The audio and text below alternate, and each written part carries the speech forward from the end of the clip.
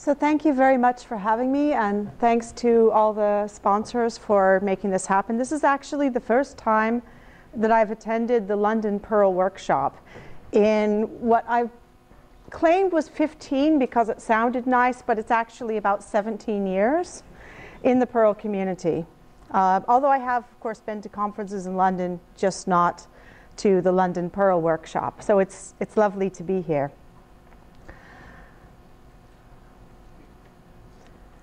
So I want to give this talk, and I'd like to discuss a little bit about the research that I've been doing about managing casual contributors in open source projects. And as I was putting together this talk, I realized that in fact my own contributions to the Perl community have been very episodic in nature. Sometimes I'm deep in it, other times you barely see me. So some of you may know me, some of you may not know me. It's probably my fault when you don't know me because it means I was absent for a period of time. And so I'm going to illustrate the points that I've discovered in my research with my own personal experiences in the Perl community, which means that there's going to be a lot of old pictures. You're going to maybe feel like you're sitting through my vacation slides or something. If you're in these pictures, I apologize. If you're not in these pictures, I apologize. Honestly, it's mostly pictures of me, so you can just kind of see how the hair goes away over the years and the wrinkles appear and so on. And hopefully you won't see too much of that from other people. This particular picture is from OSCON 2002. I'm the tiger. Looks a lot like me still. So first I want to talk about why should you care about casual contributors? Well, I mean, if you are a casual contributor, presumably you think that you're doing something of value. But if you're organizing something, some activity, and you have casual contributors, why do you care about them? Well, there are several reasons that you should care. One is that research has shown that casual contributors can bring increased innovation because most casual contributors are working on multiple different projects, so they're going to be bringing in new knowledge from those other projects. This can also lead potentially to increased quality. But another thing is that when these casual contributors are leaving your project and they're going out to work on their other projects, they're also bringing knowledge of your project.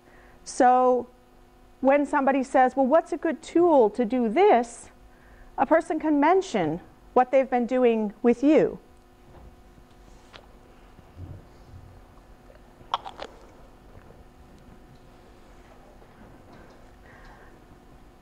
And it doesn't really matter, in a sense, whether you think you like casual contributors or not, because we're already here.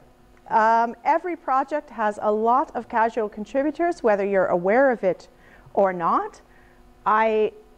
In a study that I did reviewing 400 projects on GitHub, I did not find a single one that had no casual contributors.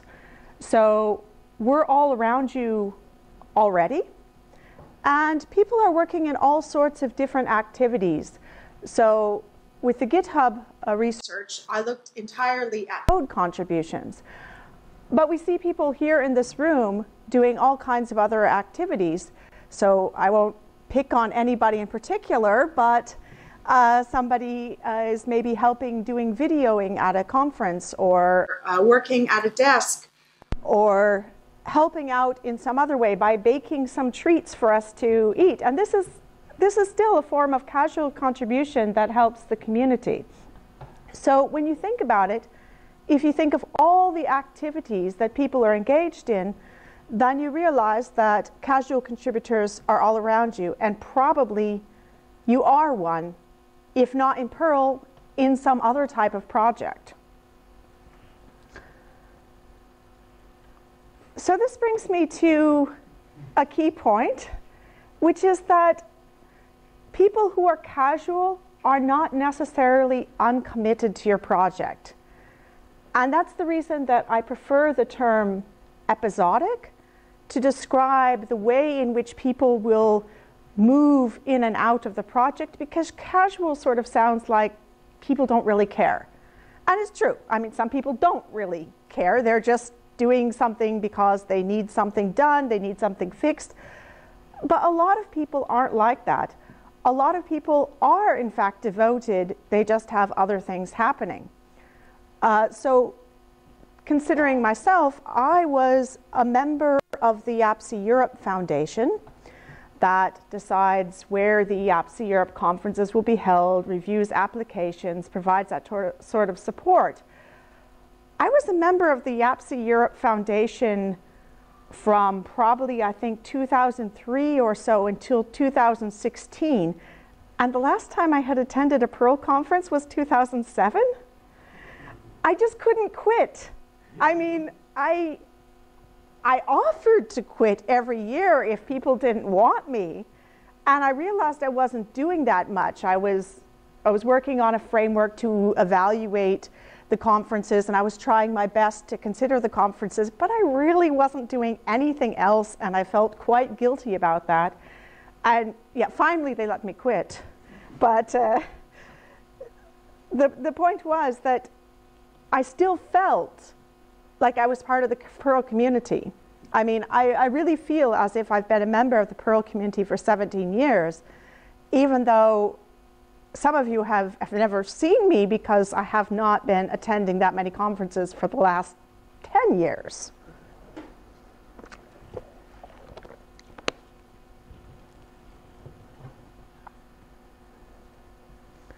So if we really want to think of it in terms of core and in terms of periphery, then about 80% of people are really actually on the periphery and might be considered casual if you want to look at it that way. And as I mentioned, you can be casual or episodic in one community, but you can be habitual or core in another community.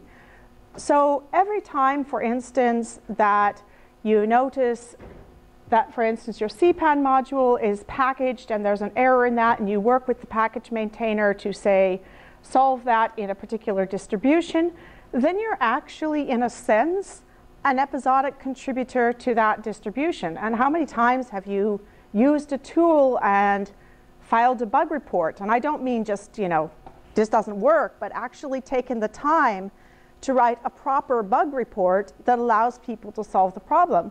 Well, in a sense, you are an episodic contributor to that community. So I'd like to argue that we ought to think of episodic contributors not as an afterthought, but in terms of what practices can support this type of contribution.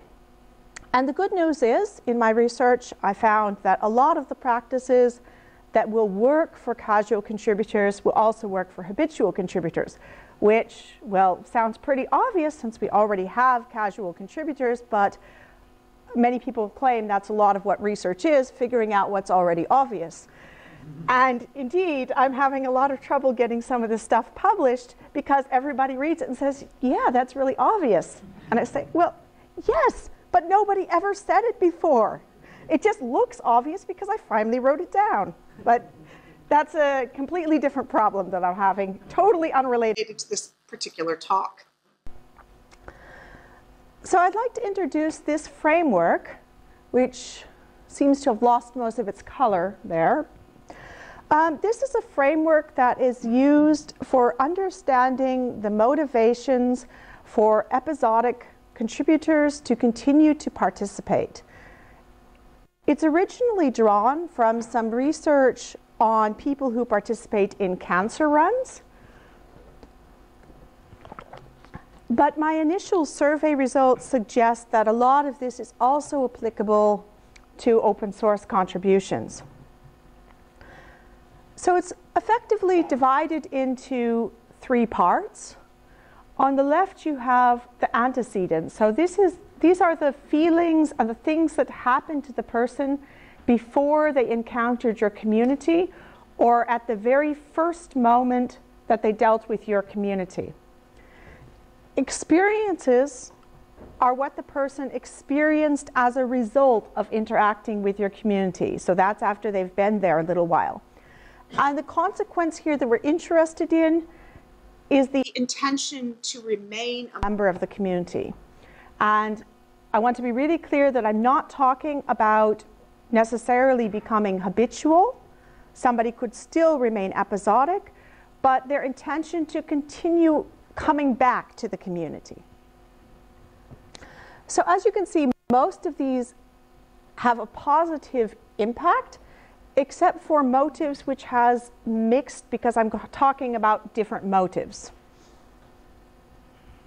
So the specific motives that I'm talking about are seeking personal benefit, enjoying yourself, and socializing with people. And it turns out, and not just from my research, that people who want to perform a specific task or are looking for some other form of personal benefit, like to boost their CV, are less likely to remain in the community. This doesn't mean that people won't, only that it is a negative influence compared to, for instance, people who just do it for the fun of it or who like who they're interacting with. And this is actually very much true to my own experience, in that I originally joined the Perl community in 2000 when I started working for a company whom many of you know. The company was Booking, and I was the second programmer hired, and they asked me if I knew Perl, and I said no, but I can probably learn the syntax in a week or so. And so before that I had worked as a C++ programmer, I'd worked as a PHP developer, and I took this job as a Perl programmer, and I attended an Amsterdam PM meetup because I thought, well, maybe I can learn a bit better how to use this language effectively, use more of the libraries and so on. And then I attended the Amsterdam PM meeting, and everybody was just so friendly. I just really enjoyed being there so much that I originally came out of a personal benefit to try to be better at my job. And well, in the end, I just fell into this enjoyment and socializing, and I've stuck around ever since. So this shows in my personal experience, and this, by the way, is my first time in London for a Perl conference. This is YAPSA Europe 2000.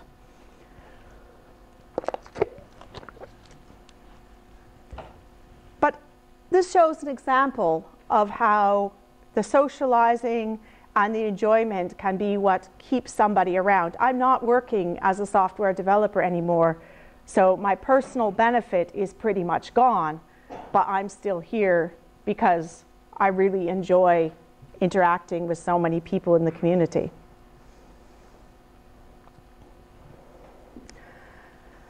So my primary finding, I've already covered that a bit, was that people who come for enjoyment and socializing, they are more likely to stay, but also are more likely to be discouraged by technical barriers to entry. That's not actually my own finding. Somebody else found this as well. It seems a little counterintuitive in some ways that people who come for socializing are more willing to deal with problems related to communication. But they are, in fact, and less willing to deal with problems that are technical. Whereas people who come out of a technical motivation, or say a use motivation, are going to be more discouraged in flaws in the socialization mechanism. So it's just an interesting tidbit, I thought, that you should consider your barriers and who is going to be more affected by them.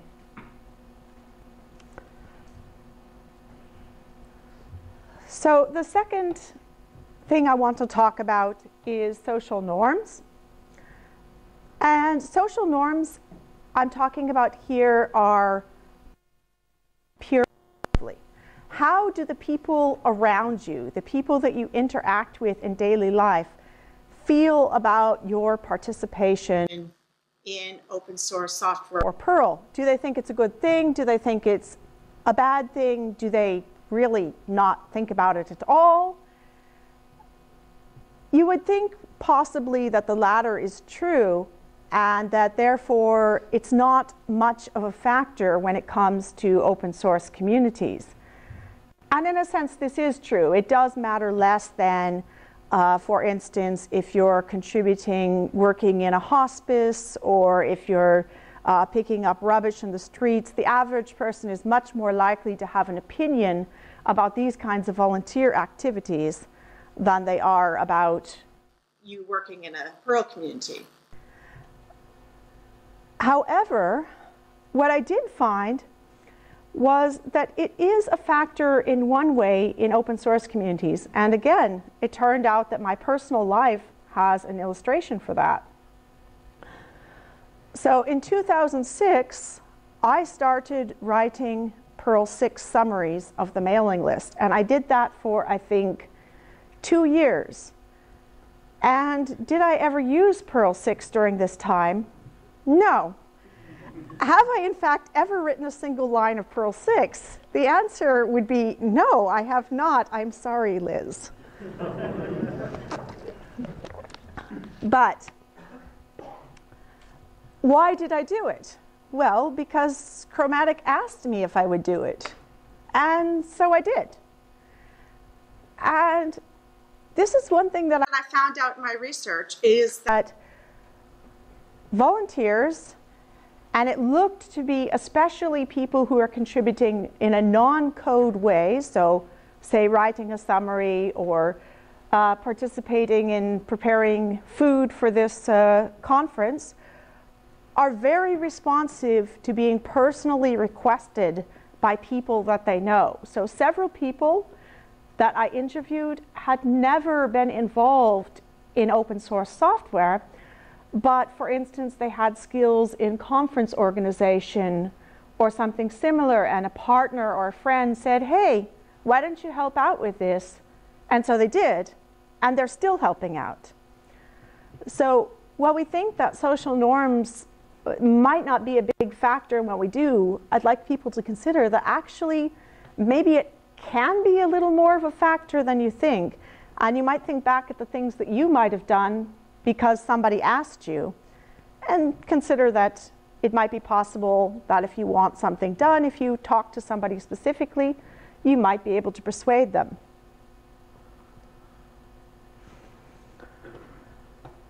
So the next antecedent is a psychological sense of community. And that's, how do I feel when I approach the community? Do I feel welcome? Do I feel supported? Do I feel inspired to action? Well, in my case, the answer was yes. I felt very much moved to action, and I felt an incredible amount of hubris upon attending YAPC Europe 2000, which was organized in the space of about 4 months, I think. So when I attended it, I thought, I can do better than that. Having never organized a conference before, having no idea what I was doing, I quickly came to appreciate a bit more what the organizers had done when I worked organizing YAPC Europe 2001 in Amsterdam. But I felt very inspired to action when I saw the community. I felt inspired to do something on my own. And for people who don't know what this picture on the right is, that's a few people that are taping some plastic bags over the skylight in the main auditorium that we were assured could be covered automatically, but could not, in fact, be covered. So that's that's just one of the fun things that happened at YAPC Europe 2001 that we were not prepared for.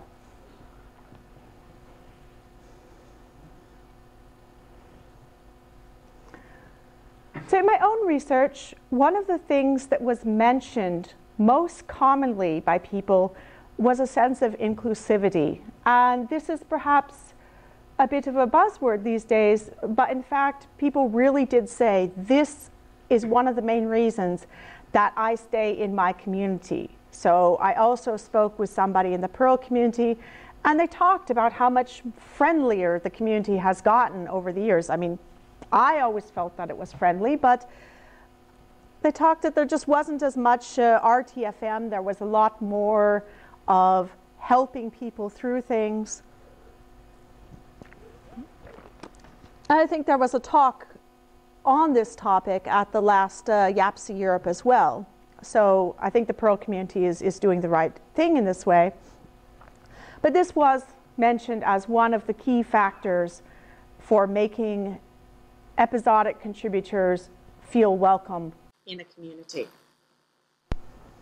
So moving on to the experiences.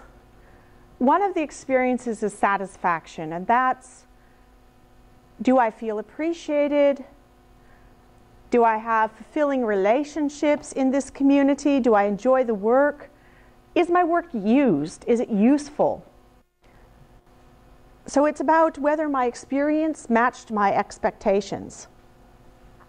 So this picture is of me at the Open Source Summit in Prague last month, which was the first time I gave a variation of this talk and the first time I tried to present any of my research to a community. And hearing people come up to me later and say, oh, it was interesting what you said.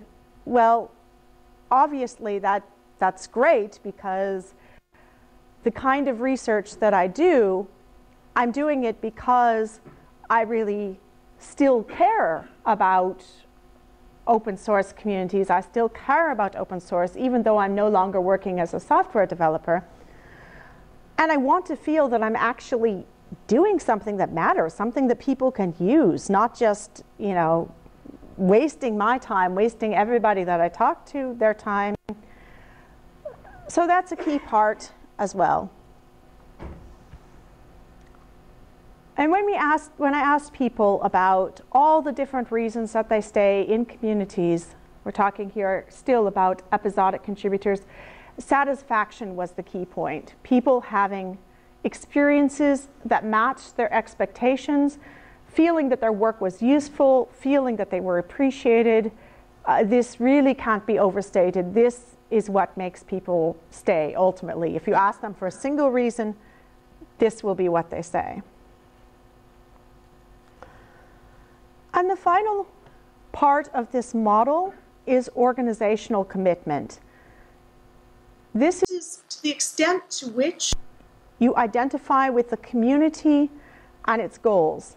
Feel that you're part of something bigger, envision yourself as a volunteer or as a member of the community.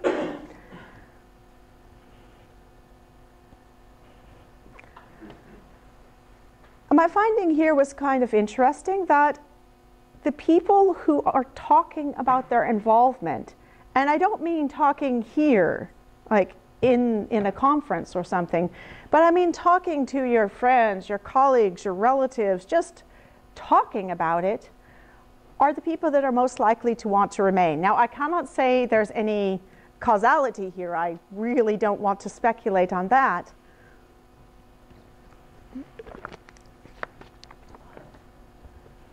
But the point remains that people who are enthusiastic about what they're doing and who are talking about it, those are your committed participants, whether or not they are episodic or they are habitual. Yes, you should ask Tom about this picture if you want to know the story.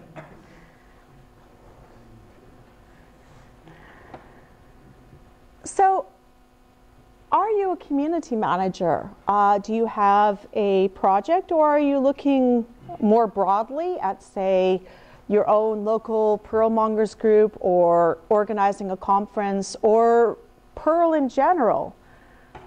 What can you do about episodic contributions?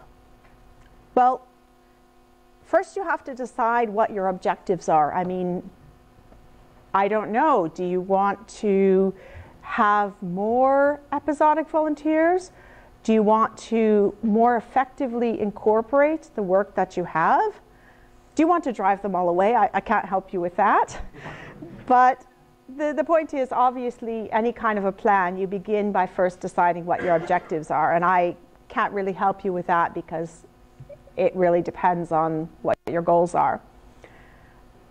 Then you can identify appropriate tasks for your episodic contributors, find practices that are supporting the tasks, and measure the outcomes. And I am not going to go into measuring the outcomes either. I know 2 people who are doing PhDs on that topic, and I already have the one I'm working on, so I will refer you to them. Just look for the Chaos Project. I've tweeted all the links in this, by the way.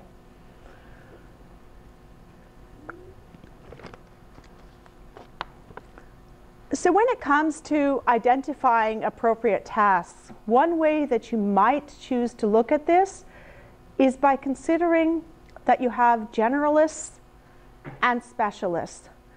So specialists are those people that have special skills, and in this case I mean skills that are not widely available among your community, that they can bring in. So for instance, running the video setup here is a specialist skill, and you might want to invite somebody, even if they aren't part of your community, to do that. So for a specialist contributor, what you need to do is separate the domain knowledge from the specific details of your project. You want their domain knowledge, and you don't want them to have to get bogged down in the details of your project. So if I ask for a graphic designer to help come up with a logo for my project, I don't think they want to read the source code. They also probably don't want to read my user manuals either. They want to have some idea of maybe the characteristics or the emotions that I associate with it. They basically want their work separated from the details that are important to me. When you're looking at generalists, which are what the majority of your casual contributors are going to be, you're looking for tasks that are fairly small, narrowly focused, don't require a lot of upfront investment. So you don't want somebody to have to spend one day setting up the environment. And now that we have containers and stuff, you can actually definitely make this a lot easier for people. But I also found this when talking with someone who was doing translations, for instance, like how much overhead is there to get up and running with just translating text? Do you have to install some specific application to be able to do it, or can you just generate the strings, edit the strings, submit them back? But among all these things, there's one thing that you might not have considered. Obviously, the idea of making the work fairly small, fairly discrete is pretty obvious. But another reason to pick tasks is because they interfere with what the other people are doing. So I think, for instance, this is part of why I was asked to write those summaries, because the people who are participating in the mailing list, they were busy trying to hash out some of the details. They were busy working on that, and it would have distracted them to be writing the summaries. Whereas I did not need in-depth knowledge to be able to write the summaries. So it was a perfect sort of job for somebody who was episodic, because it was taking away some of the busy work from the more habitual contributors.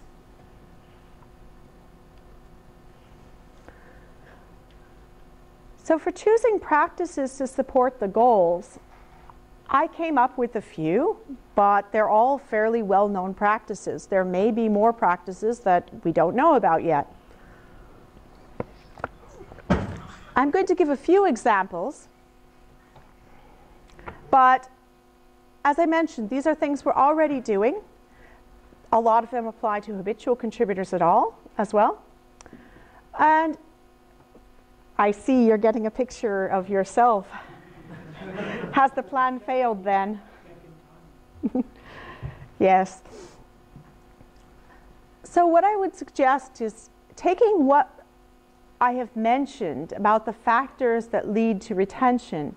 If you want retention as a goal, then you can consider a particular practice in light of how it supports these factors that are known to be associated with retention, and whether it does or does not support them and the findings that I've mentioned. So, for instance, here's an example practice.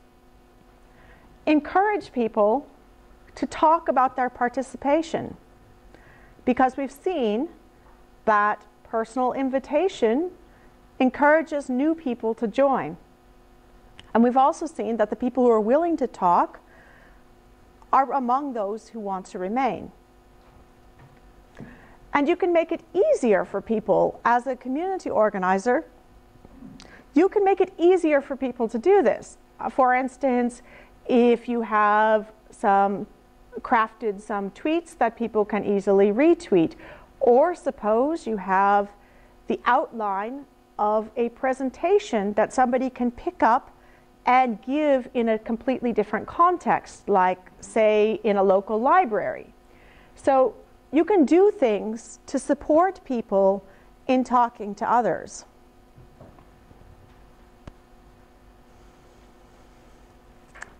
Another example is recognizing the non-coding contributors.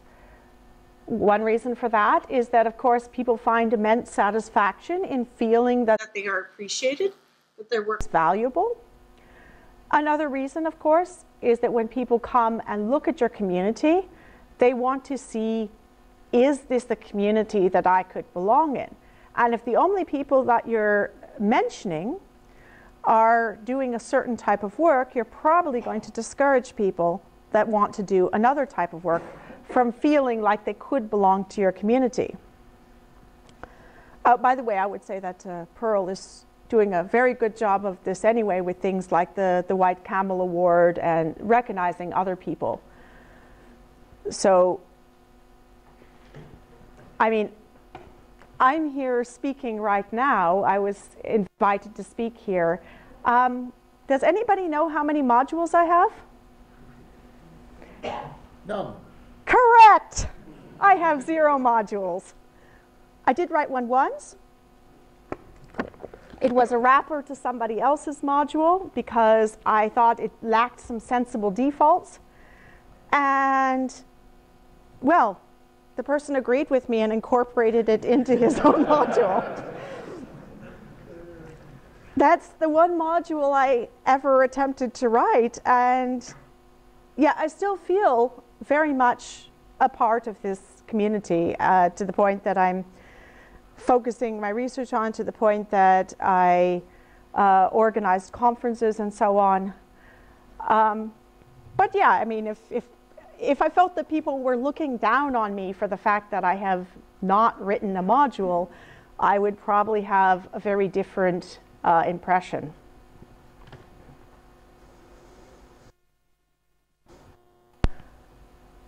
So this is another area that you can get involved, or that you can try to involve people, and that's by asking for expertise sparingly. I mean, I really want to stress the sparingly. People don't want to be asked all the time, oh, can you do this? Oh, can you do that? But on the other hand, if you recognize somebody's area of expertise and you say, you know, you did a really good job with that. I'm doing something really similar. Is there any way you could help me out? People are more likely to return when they're asked personally, when they feel that their skills are recognized.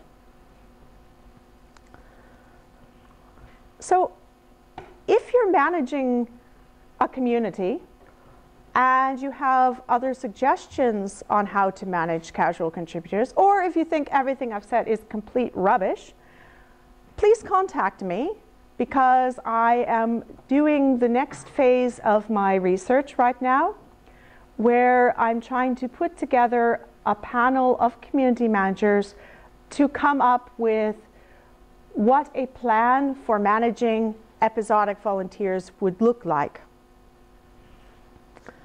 On the other hand, if you're an episodic volunteer, my advice, and this is not part of my research because I have not researched this, it's my own personal view, enjoyment really matters.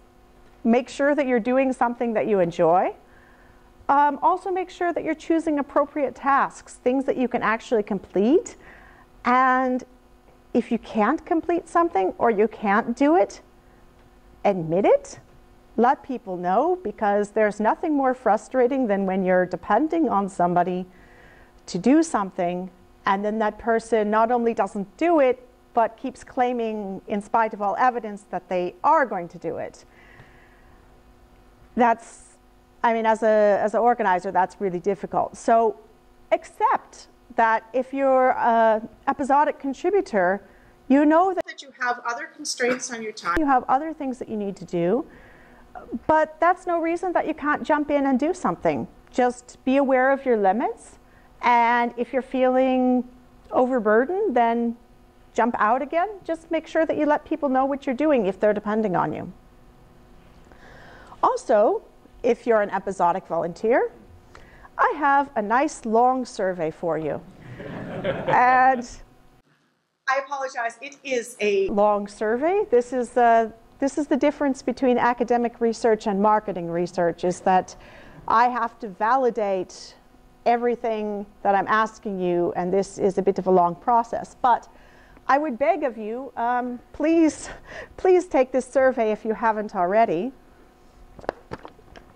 What I'm trying to do with this survey is validate this model of 5 factors that I showed you earlier to determine whether or not it does apply to open source contributors as well as other types of volunteers.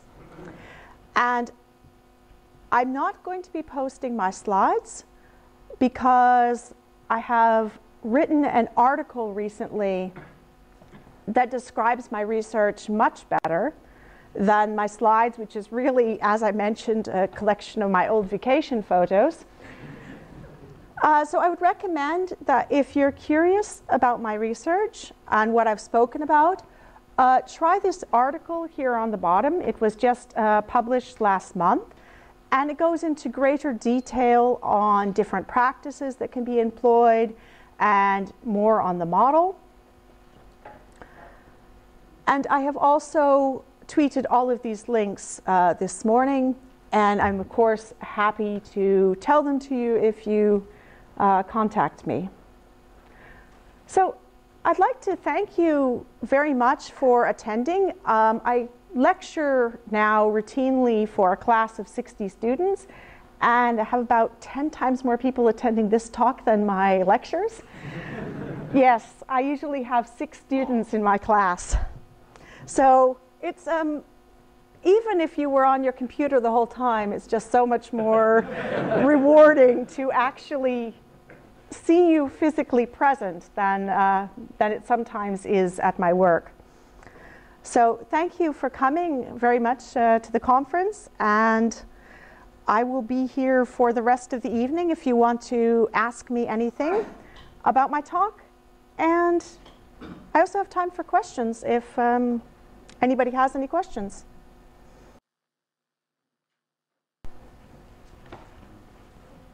Aside from perhaps the very initiators of a project, would you say that everybody who becomes a core contributor after the projects have been started starts out as an episodic contributor, or do people? Does every core contributor first be episodic? So the question was, does every core contributor start out as episodic?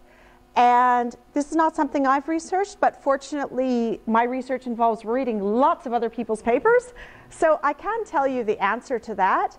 And the answer is that if a person starts participating in a project because of their job, because their company is sponsoring them to participate, no.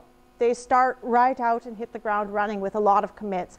On the other hand, people that are not sponsored, that are volunteers, do tend to join in the way you mentioned. They tend to join very gradually, start in the periphery, and so eventually move into the core, although not everybody will, of course, eventually move into the core. Yes?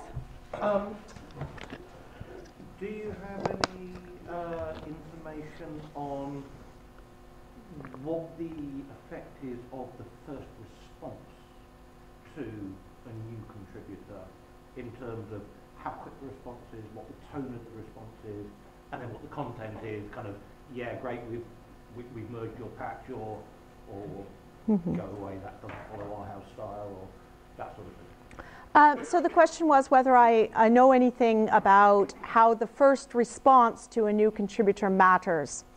That's not personally been the subject of my research, although I would classify this to an extent under satisfaction. How well does it match what you expect? There has been research into this, which I'm a little less familiar with than the other research, so I can't give you quite as good of an answer. But yes, of course, it matters. In particular, the speed matters. So having a response in the first few hours, even if that response is, thank you, we'll look into it, as long as it's coming from a person, not from an automated system, that can buy you a little bit of time.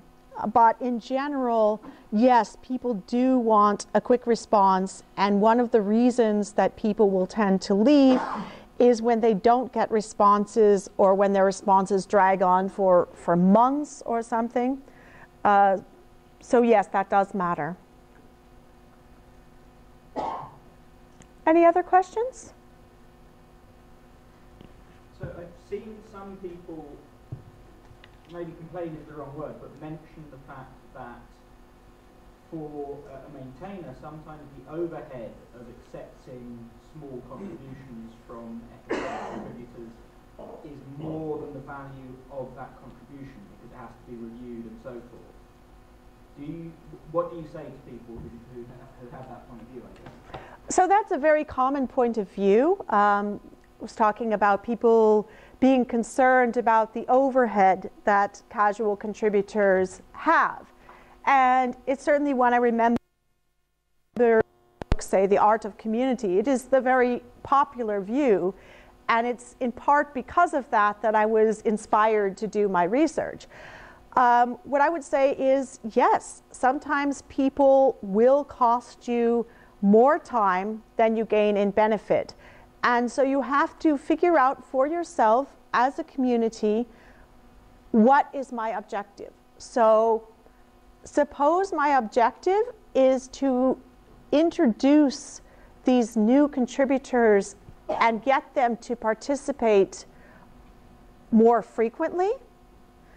If my other practices support that, then I might be willing to take that cut into my time in the beginning in order to mentor people into the community.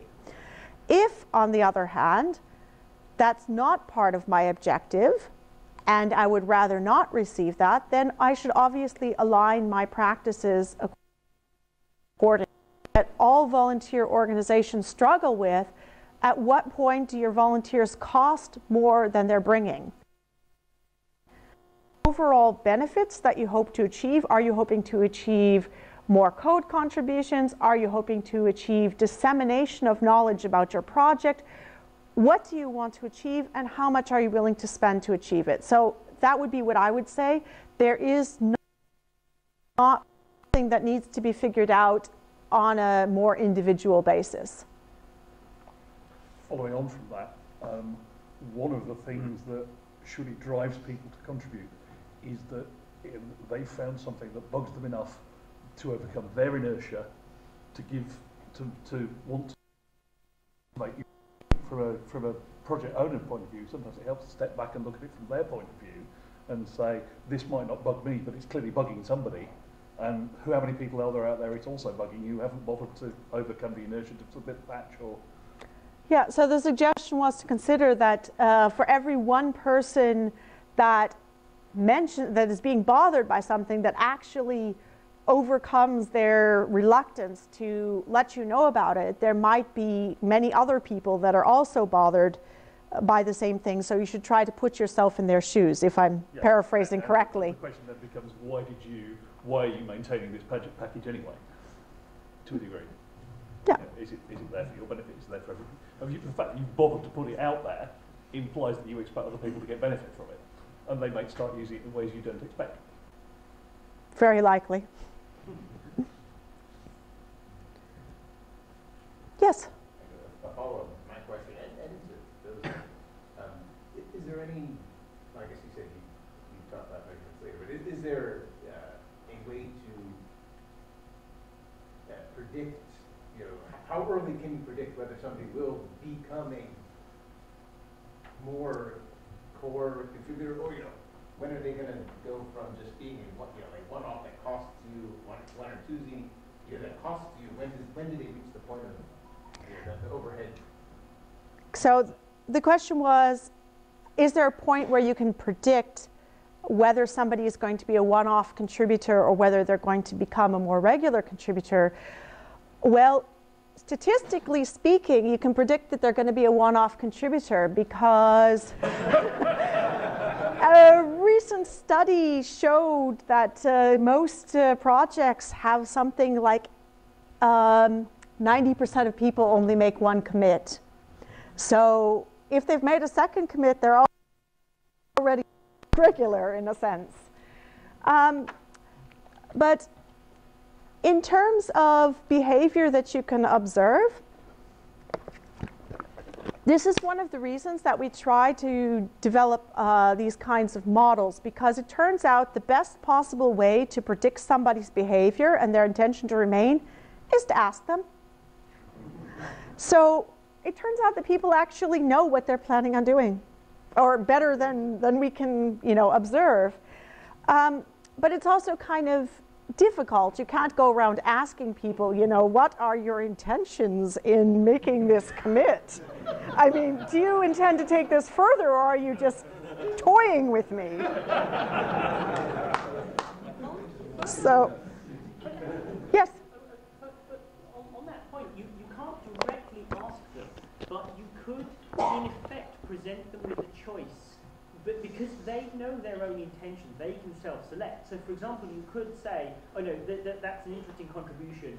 Do you want me to apply it, or would you like an account to apply it yourself? And already you start to give them the option to declare, oh, it's right, it's a one-off, versus, yes, I'll have an account because then I can do more in the future. Because if they are aware of it. Equally, you can say, there aren't any unit tests with this patch. Do you want to write them, or should I? Yeah, but if you offer them a choice, it's effectively asking them, are you going to become a regular in disguise? Because they are aware it's going to work. No, this is exactly what I want. You're actually doing my research for me now. Please go on. Are you taking notes? It's being recorded. Okay, contributed to some projects, and if you'd asked me, is it a one-off? I'd have said, yes, it's a one-off, but there might be another one-off later. Yes. So I think we'd like to stop here, but I would be happy to continue this conversation with anyone that's interested after the lightning talks. Thank you very much.